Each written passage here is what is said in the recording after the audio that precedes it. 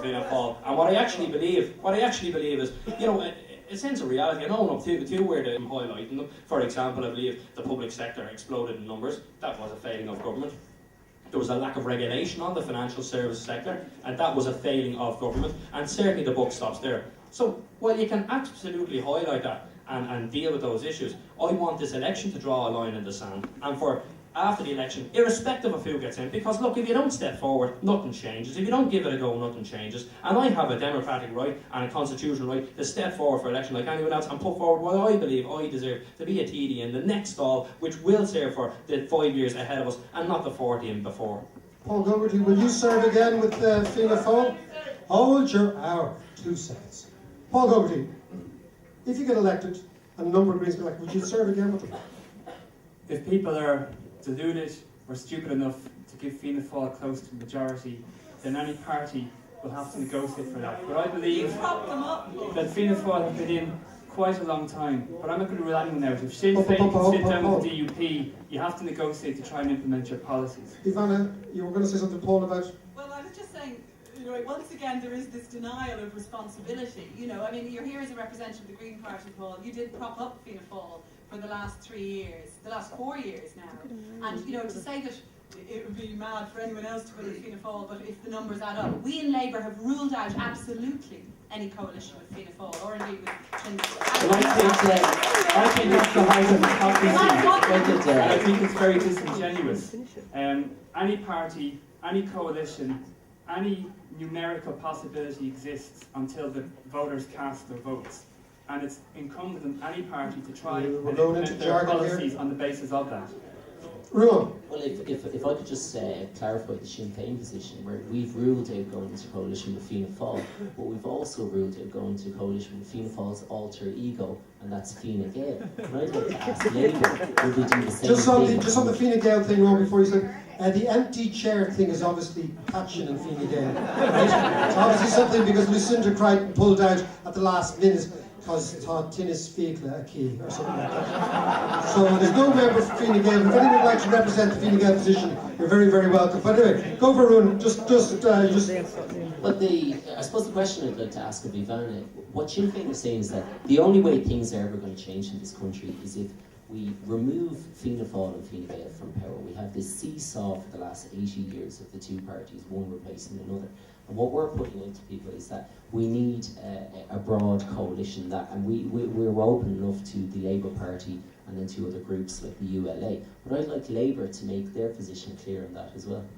Well, we've made our position very clear, Ruadhan. We want to see a Labour-led government in this country. After 90 years, where every single government has been led, and you're quite right, by either Fianna Fáil or Fine Gael, by the two wings of the Celtic Tory, as Eamon Gilmore described them, by Tweedledum and Tweedledee. Yes, we do believe it's time for a left-wing alternative government to present itself. That's what we are doing in the Labour Party, is we're running a strong campaign to lead a left-wing government. Are you worried about the fact that the Labour Party seems to be losing altitude at the very right or wrong time for you? Well, you were flying ahead a couple of months back, and now it seems to be in the polls all kind of coming apart a wee bit. Well, certainly the polls are disappointing, no doubt about that, and certainly we would prefer to see ourselves up there. But it is an historic time for Labour nonetheless to be in the second position in the state, to be coming well ahead of Fianna Fáil in every poll over the last year, and to be holding that position steady, to be the second party in the country. And that is for us a historic breakthrough. It's a historic breakthrough for the left in David, you're a bit quiet So there. it does mean we are still challenging hard to be in a position to lead a left-wing government. If the polls unfortunately suggest it's going to be Fine Gael's single-party government, and that to me is a very worrying prospect for anyone on there. Ivana has been rapping on there for the last couple of minutes, but in reality she's been running. No, but in fairness.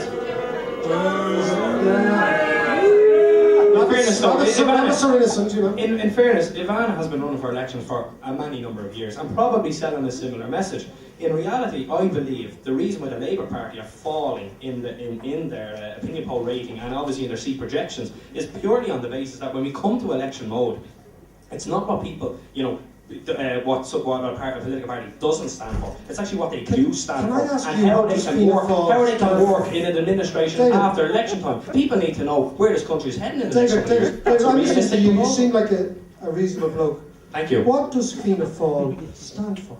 Well, what I believe the party stands for. Tell me what it does, because I'm really intrigued now. Well, what I believe the party stands for is Power at all costs. No, I disagree.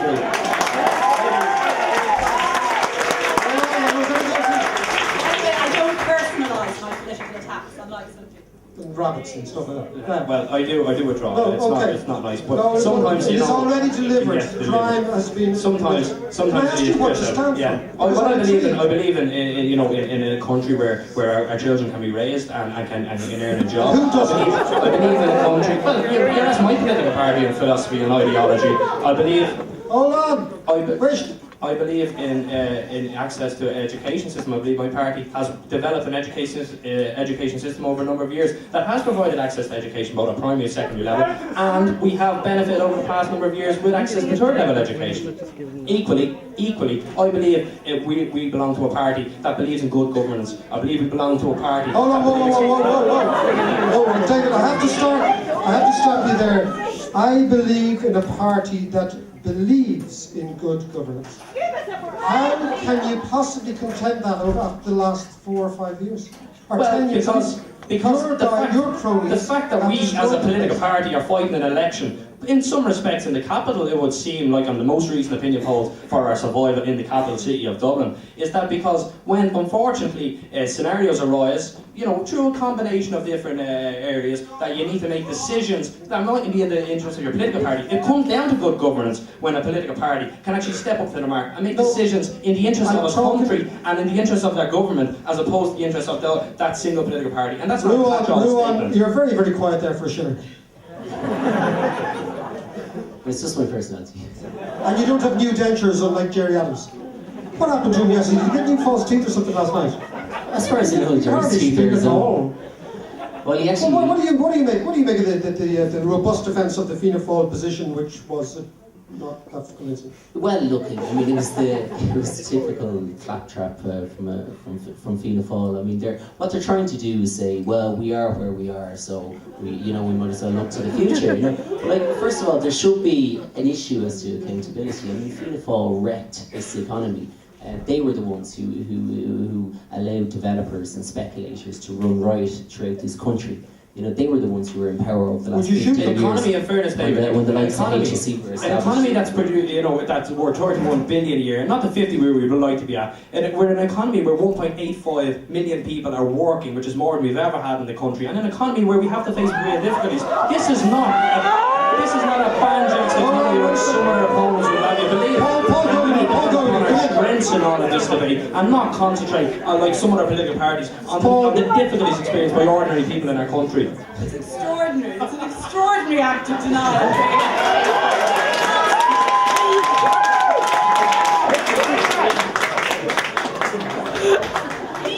Every time. Denial of responsibility. Paul Gorgarty. Yes. Why should I vote for a Green party that propped up a Fianna Fáil party and seemed to abandon, from where I'm standing, every single thing you stood for? Well, I believe the Green Party still stands for those things. And I have to believe that it's a pity Lucinda isn't here. No, she's here in spirit, don't worry. First of all, from the Green perspective, when I grew up in Lucan, Fianna Fáil and Fine Gael were in an alliance. They rezoned housing, put no facilities in place, and we're still paying catch-up 25 years later. So when I looked at the ballots, I said, Fianna Fáil, Fine Gael, no difference.